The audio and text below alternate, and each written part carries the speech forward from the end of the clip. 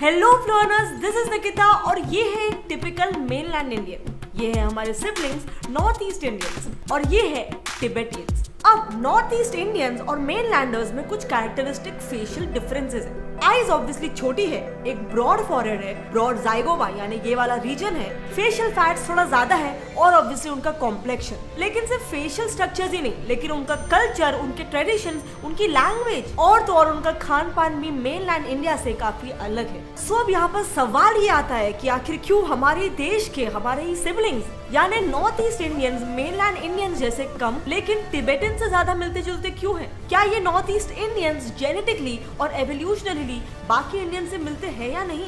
Well, let's find out. अब basic human migration theory तो सब जानते हैं। हम सब इंसानों के पूर्वज, हमारे एंसेस्टर्स आज से करीब 3 से 4 मिलियन साल पहले अफ्रीका से यूरोप गए और फिर यूरोप से एशिया आए।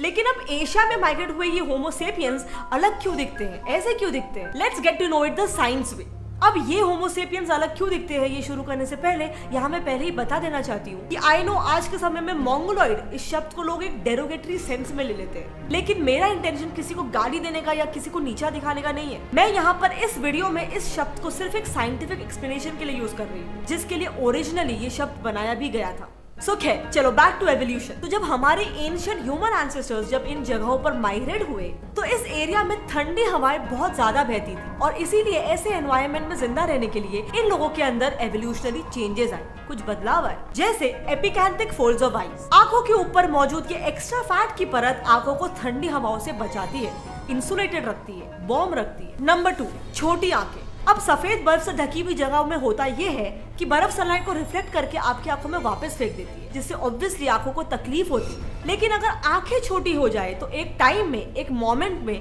कम रिफ्लेक्टेड लाइट आपकी आंख में घुसेगी। Number 3, short limbs.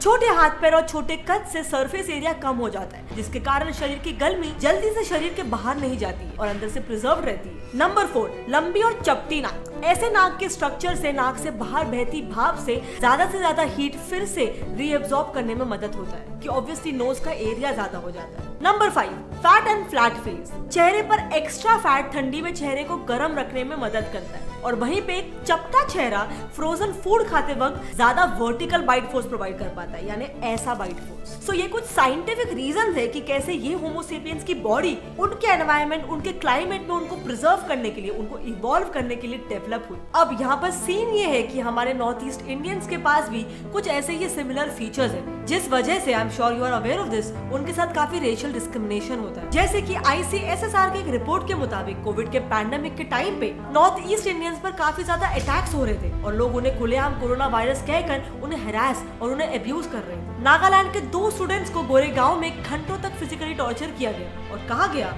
कि अगर तुम नॉर्थ ईस्ट वाले लोग यहाँ पर आए तो हम तुम्हें मार डालेंगे। अब रेसिज्म के अलावा जो वो लोग फेस करते हैं वो है इंसर्जेंस और अंडर डेवलपमेंट। उस एरिया में बांग्लादेश से टेररिस्ट घुसते रहते हैं, वहाँ पे आए दिन तबाही मचाते रहते हैं। And to add to all of this काफी सारे रीजंस हैं जिस वजह से नॉर्थ ईस्ट इंडिया का डेवलपमेंट बाकी मेनलैंड इंडिया जितना तेजी से नहीं हो पा रहा है। अब इस बारे में हम लोग डिटेल में नीचे डिस्कस करेंगे, लेकिन अब यहाँ पर प्रॉब्लम ये है कि इन सब रीजंस की वजह से वहाँ पर बहुत बार कई सारे सेपरेटिस्ट मूवमेंट स्टार्ट हो गए नॉर्थ ईस्ट को एक अलग देश बनाने के लिए। लेकिन ऑफ कोर्स वो एक अलग देश नहीं बना है एंड इसीलिए यही वजह है कि वहाँ पर बहुत सारे ग्रुप्स नक्सलवादी बन गए जो आए दिन इंडिया पे छोटे मोटे टेररिस्ट एक्टिविटीज करते रहते हैं। अब ये कौन से एक्टिविटीज किए हैं, इनका स्टार्ट कैसे हुआ, इनका हिस्ट्री क्या है, ये जानना बहुत ही इंटरेस्टिंग है। लेकिन इस पे तो हमें पूरा अलग ही वीडियो बनाना पड़ेगा। लेकिन अगर आपको इसमें इंटरेस्ट है और आपको इसके बारे में और जानना है तो आप इंडिया अनकवर्ड ये पॉडकास्ट सुन सकते हो, जो आपको मिल जाएगा कुकू FM एप्लीकेशन पे। यस, कुकू FM एप्लीकेशन पे आपको सिर्फ बुक्स ही नहीं, कई सारे अनगिनत पॉडकास्ट आपको मिल जाएंगे जो आपके साथ नॉलेज के साथ साथ रियल लाइफ एक्सपीरियंसेस शेयर करेंगे, जो आपको आपकी लाइफ में कैसे रैशनली सोचकर आगे बढ़ना है उसमें मदद करेंगे। इसके अलावा इसमें आपको अलग अलग जॉनर्स के बुक्स भी मिल जाएंगे, जैसे कि बायोग्राफीज, हिस्ट्री, लव, मोटिवेशन, सब कुछ मिल जाएगा। और ये सारा नॉलेज का कॉस्ट है सिर्फ 399 रुपीज पर ईयर। अगर आप मेरा रेफरल कोड या फिर डिस्क्रिप्शन में दिए गए लिंक को यूज करते हो तो आपको मिलेगा पूरे 20% का ऑफ। यस, ये पूरा एप्लीकेशन सिर्फ 319 रुपीज पर ईयर में। लेकिन इसके अलावा अगर आप 3 अक्टूबर या फिर उससे उससे पहले कुकू एफएम का सब्सक्रिप्शन परचेज करते हो तो आपको 20% की जगह पे पूरे 50% ऑफ मिलेगा। यानी आपका एनुअल सब्सक्रिप्शन हो जाएगा सिर्फ 199 रुपीज में। यानी कि इतना सारा ज्ञान बस 1 रुपीज पर डे से भी कम दाम में। तो देरी किस बात की, go and download Kuku FM application और इन्वेस्ट करो अपने नॉलेज में और अपने आप को आगे बढ़ाने। Link is in the description and don't forget to use this promo code गांधी50। तो चलो अब हम आगे बढ़ते हैं हमारे सवाल पे कि आखिर ये Mongoloid features north east India में कैसे आए। कि आप जानते होंगे इस एरिया में तो तेज हवाएं नहीं बहती, उल्टा यहाँ पर तो ज्यादातर हेवीली फॉरेस्टेड एरियाज है, तो फिर यहाँ पर कैसे आए ये फीचर्स। सो वेल उसका एक सिंपल सा आंसर ये है कि आज के समय में जो ज्यादातर ट्राइब्स इस एरिया में या फिर इस रीजन में पाए जाते हैं वो असल में तिब्बत, जो कि फिलहाल चाइना के कब्जे में है, और साउथ ईस्ट एशियन रीजन्स जैसे कि प्रेजेंट डे थाईलैंड और म्यांमार जैसे एरिया से माइग्रेट होकर आए हुए ट्राइब्स हैं। लेकिन क्यों, आखिर क्यों यहाँ के रीजन के लोगों को नॉर्थ ईस्ट में माइग्रेट होकर सेटल होने की जरूरत पड़ी। सो वेल इस माइग्रेशन का सबसे फर्स्ट रीजन है forest and reverse. North east India दुनिया के उन कुछ ब्लेस्ड जगहों में से है जहाँ से ब्रह्मपुत्र जैसी बहुत सी बड़ी बड़ी नदियाँ बहती हैं। क्योंकि ये इलाका हिमालय से कम हाइट पर है, ये सारी नदियाँ इस पूरे इलाके को काफी ज्यादा उपजाऊ, ज्यादा फर्टाइल बनाकर घने जंगलों से भर देती है, और जिसका सीधा सीधा मतलब है ज्यादा खाना और ज्यादा रिसोर्सेज। अब बाहर की इन कंट्रीज से नॉर्थ ईस्ट इंडिया में आने का माइग्रेशन का दूसरा रीजन है तिब्बत इज अ प्लेटू। अब तिब्बत की अगर आप ज्योग्राफी देखोगे तो आपको असल में पता चलेगा कि तिब्बत तो असल में एक कोल्ड डेजर्ट है, क्योंकि जमीन से कई हजार फीट की ऊंचाई पर होने की वजह से यहाँ पर बहुत ही तेज हवाएं बहती है। अब हाई ऑल्टीट्यूड, तेज हवाएं और कोल्ड क्लाइमेट के चलते अगर यहाँ के लोगों को उस जमाने में कहीं माइग्रेट करना पड़ा भी होगा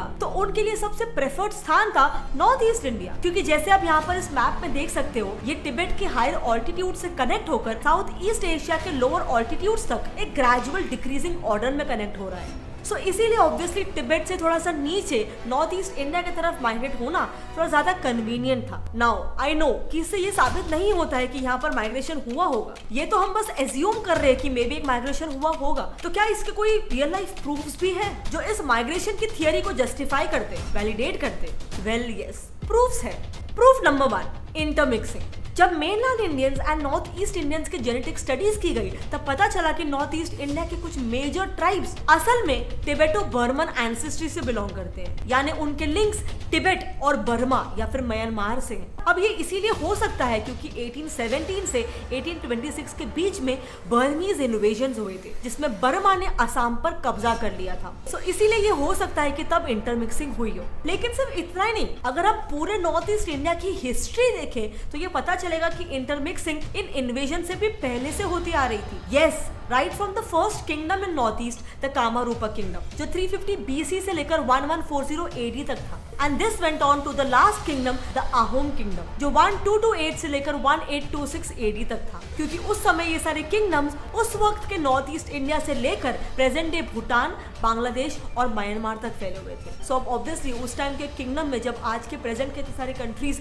मिल रहे हैं तो ऑब्वियसली इंटरमिक्सिंग तो होनी ही है। माइग्रेशन का प्रूफ नंबर 2, लिंग्विस्टिक सिमिलैरिटीज। आप यहाँ पर इस पिक में ये देख सकते हो कि नॉर्थ ईस्ट इंडिया के कई सारे ट्राइब्स तिब्बतो बर्मन या फिर साइनो टिबेटन भाषा की ही अलग अलग डायलेक्ट्स का इस्तेमाल करते हैं। इनफैक्ट मेघालय की खासी ट्राइब के लिंक्स तो थाईलैंड तक जाते हैं, क्योंकि उनकी भाषा तिब्बतो बर्मन के साथ साथ मोन खमेर और पालोंग जैसी भाषाओं से भी मेल खाती है, जो भाषाएं थाईलैंड और वियतनाम से लिंक्ड है। बट क्या इसका ये मतलब है कि नॉर्थ ईस्ट इंडियंस का मेनलैंड इंडिया में रहने वाले इंडियन से कोई संबंध नहीं है? वेल नो, ऐसी बहुत सारी चीजें हैं जो ये प्रूव करती है कि नॉर्थ ईस्ट इंडियंस में और मेनलैंडर्स में काफी सिमिलैरिटीज भी है।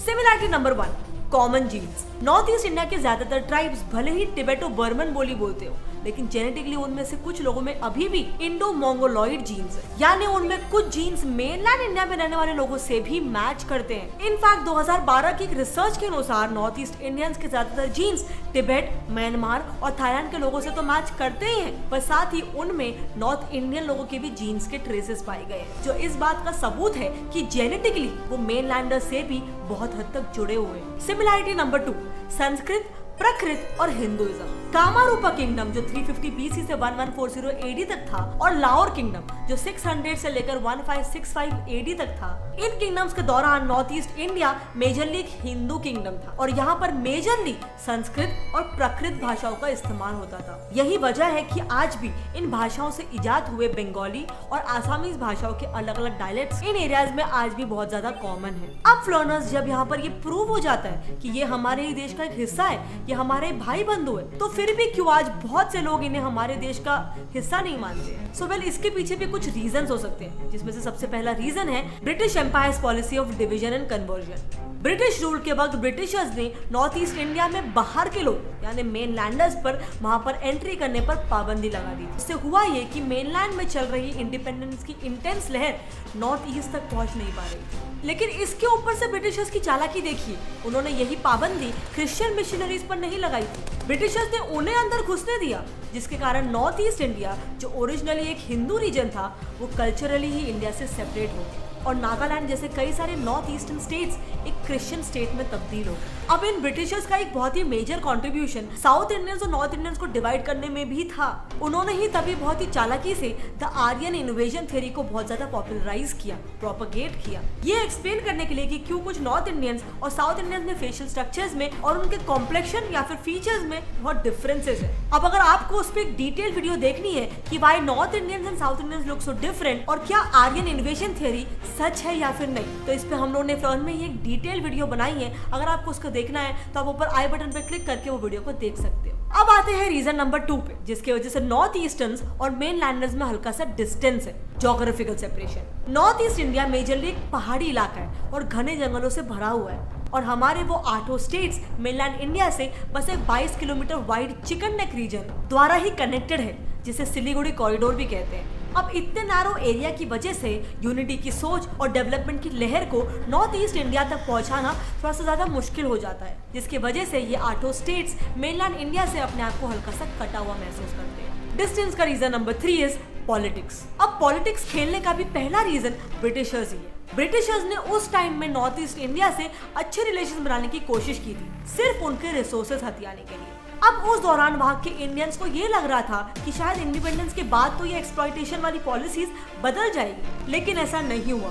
1947 के बाद भी जो इंडिपेंडेंट इंडिया की सेंट्रल गवर्नमेंट थी उसने भी ब्रिटिश की पॉलिसीज को ही कैरी फॉरवर्ड किया। कोल जैसे मिनरल्स का एक्सट्रैक्शन वहाँ से कंटिन्यू रखा, लेकिन वहाँ पर डेवलपमेंट नहीं करवाया। अब इससे हुआ ये कि वहाँ के लोकल ट्राइब्स को चीटेड सा फील हुआ और कई सारे आर्म ग्रुप्स वहाँ पे इंडियन गवर्नमेंट के खिलाफ खड़े हो गए। लेकिन इसके अलावा भी पॉलिटिक्स का दूसरा रीजन है रिलीजन। प्रेजेंट गवर्नमेंट के अगेंस्ट चलाए गए एंटी सेक्युलर नैरेटिव्स के चलते भी कई सारे लोकल पार्टीज इंडियन गवर्नमेंट को आज भी अपोज करते हैं, क्योंकि आज के समय north east India majorly Christian belief system को फॉलो करता है। और फाइनली हमारे बीच के ये डिस्टेंस का रीजन नंबर 4 है रेसिज्म, जो सबसे आखिरी और मेन रीजन है जो नॉर्थ ईस्ट इंडियंस के दिलों में एक नफरत पैदा करता है, और वो है मेनलैंड इंडिया के लोगों द्वारा बके गए इनसेंसिटिव कमेंट्स। चीनी, नेपाली, हक्का नूडल, चाओ चाओ, चाइनीज और न जाने कितने सारे नाम। ये सारे नाम कोई भी जो हल्का सा भी चिंकी दिखता है उन सब ने बचपन से सुने ही होंगे। आई मीन, अगर आप क्यूरियोसिटी के चलते अगर उनसे उनका जन्म स्थान पूछना भी चाहते हो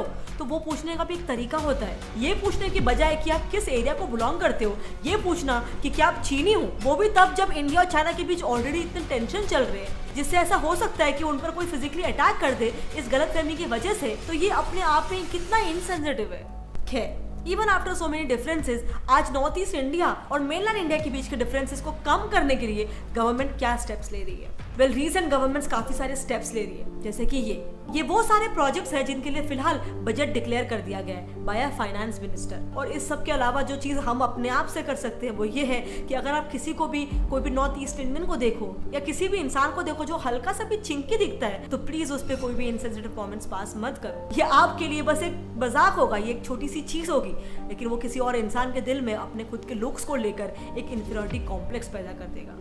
जबकि अपने फेशियल स्ट्रक्चर पर, अपनी हिस्ट्री पर, अपने पास्ट पर, अपने जीन्स पर और अपने रूट्स पर सबको प्राउड फील होना चाहिए। सो अगर आपने भी जाने अनजाने में कभी भी किसी के खिलाफ कोई रेसिस्ट कमेंट्स बके हैं या फिर अगर आपने अपने सामने कुछ होते हुए देखा है, तो अभी से आपका फर्ज ये बनता है कि आप उसे रोको और ऑब्वियसली खुद वो और चीज करो मत। अगर आपको आज के फिल्म एपिसोड में जो भी बात बताई गई वो सही लगी, उसमें कुछ बात लगी, और अगर आप बाकी इंडियंस को भी ऐसे ही सोशली अवेयर करना चाहते हो तो इस वीडियो को जितना हो सके अपने फ्रेंड्स में शेयर करो और इस वीडियो को ऑब्वियसली अगर पसंद आया तो एक लाइक कर दो। अगर आज के वीडियो में बताए गए नॉर्थ ईस्ट इंडियंस और मेनलैंडर्स में जो डिफरेंसेस मैंने बताए उसके अलावा अगर आपको कोई और भी डिफरेंसेस पता है या रीजंस पता है कि कैसे हम इसे कर्व कर सकते हैं तो नीचे कमेंट सेक्शन में कमेंट करके जरूर बताना। I would love to. इसके अलावा अगर आपको ऐसे ही फ्लॉन के इंफोटेनमेंट वीडियोस पसंद आते हैं तो मेरे चैनल गेट सेट फ्लॉन को सब्सक्राइब कर दो और नीचे दिया गया बेल आइकन भी दबाना विद ऑलवेज का ऑप्शन ऑन करके, ताकि आप फ्लॉन की नेक्स्ट वीडियो की नोटिफिकेशन को मिस ना करो। मिलते हैं अगले वीडियो में, तब तक के लिए कीप लर्निंग कीप ग्रोइंग। जय हिंद।